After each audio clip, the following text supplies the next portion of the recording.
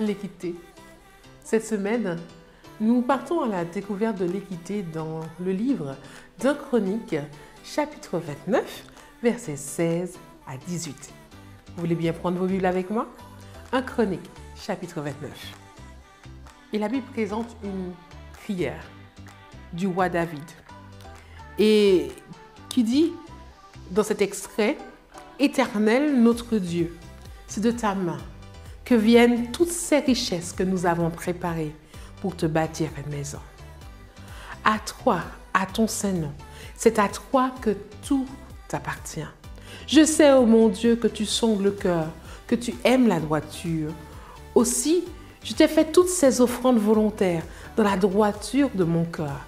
Et je veux maintenant avec joie ton peuple qui se trouve ici t'offrir volontairement ces dons. Éternel, Dieu d'Abraham, d'Isaac et de Jacob, nos pères, maintiens à toujours dans le cœur de ton peuple ses dispositions et ses pensées et affermis son cœur en toi. Amen.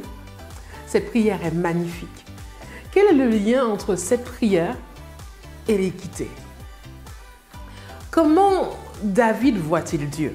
Cela va nous permettre d'avoir des éléments de réponse. David nous dépeint Dieu comme étant le propriétaire de toutes choses, comme un Dieu qui aime la justice, qui aime la droiture, un Dieu qui sait ce qui se passe dans les cœurs de chacun, un Dieu qui veut le meilleur pour ses enfants, un Dieu qui a fait ses preuves dans le passé pour Abraham, Isaac et Jacob, un Dieu qui fait des promesses et qui les tient. Mais le mot-clé qui se répète dans ce passage semble être le mot droiture.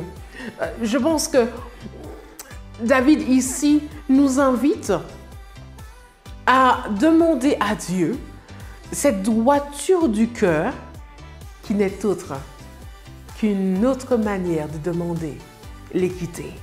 Savoir être un juste juge, savoir faire la balance entre les choses, savoir trancher quand il le faut, savoir garder ses positions, mais toujours en ne mettant personne en avantage par rapport à un autre. Être dans une disposition de cœur qui nous permet d'être à l'image de Dieu.